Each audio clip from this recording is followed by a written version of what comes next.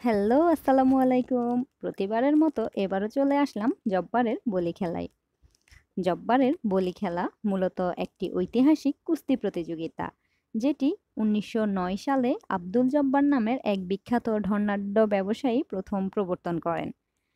মূলত বাংলার যুব সমাজদের মধ্যে ব্রিটিশ বিরোধী মনোভাব তৈরি এবং নিজেদের শক্তিমত্তা প্রদর্শনের মাধ্যমে তাদের মনোবল বৃদ্ধি করাই ছিল এই বলি খেলার মূল লক্ষ্য।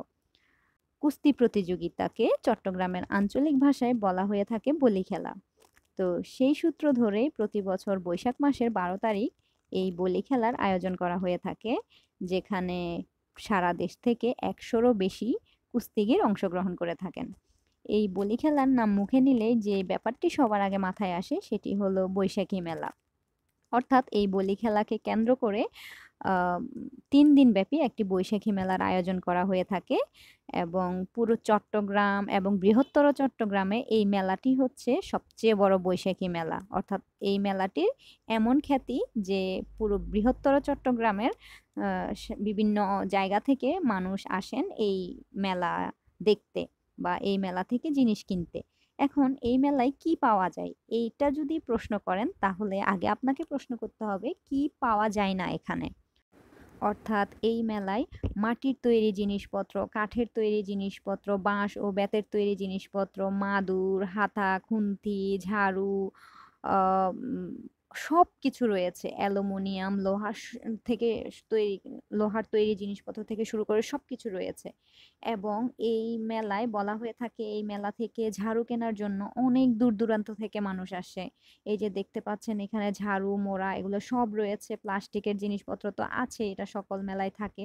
তো কথা বলতে, বলতে আমি খুঁজছিলাম কোথায় রয়েছে চুড়ির অংশ। অর্থাৎ চুড়িও পাওয়া যায় এখানে কাঁচের তৈরি। অর্থাৎ আপনি সাজগোজের জিনিস থেকে শুরু করে ঘর সাজানোর জিনিসপত্র, বাচ্চাদের মাটির খেলনা সবকিছু রয়েছে এই মেলায়, যেটা আমাদের বাংলার ঐতিহ্য বহন করে।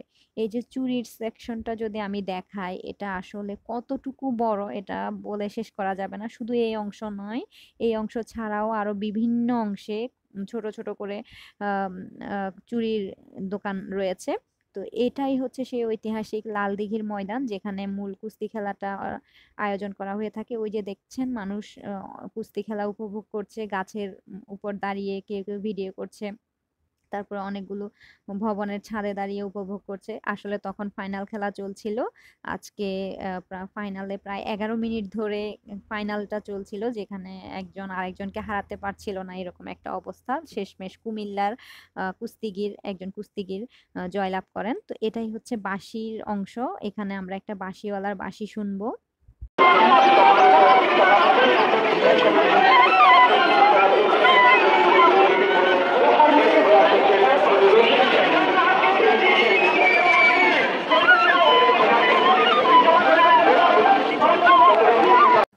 যেহেতু তখন কুস্তি খেলার ফাইনাল রাউন্ড চলছিল, তাই চারপাশের আওয়াজের জন্য বাঁশিটা সেভাবে উপভোগ করা হয়নি।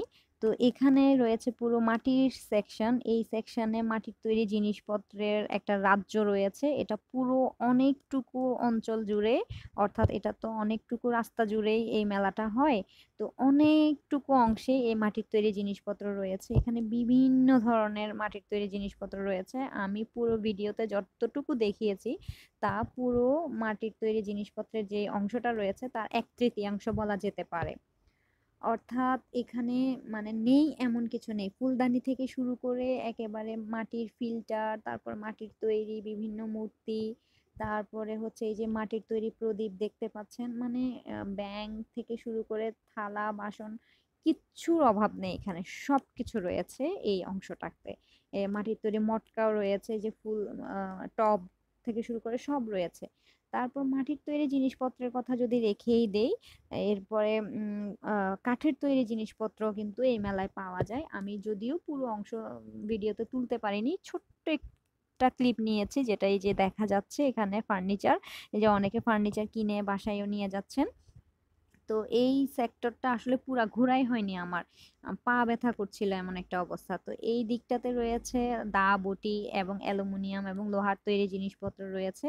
তো এইসব দেখতে, দেখতে একেবারে সন্ধ্যা হয়ে গিয়েছিল তখন। আমার প্রায় বাড়ি ফেরার সময় হয়েছে। আর যেহেতু আমার শরীরও সায় দিচ্ছিল না, তাই মাগরিবের পরপরই বাসায় চলে আসলাম। তো এই ছিল আজকের মতো।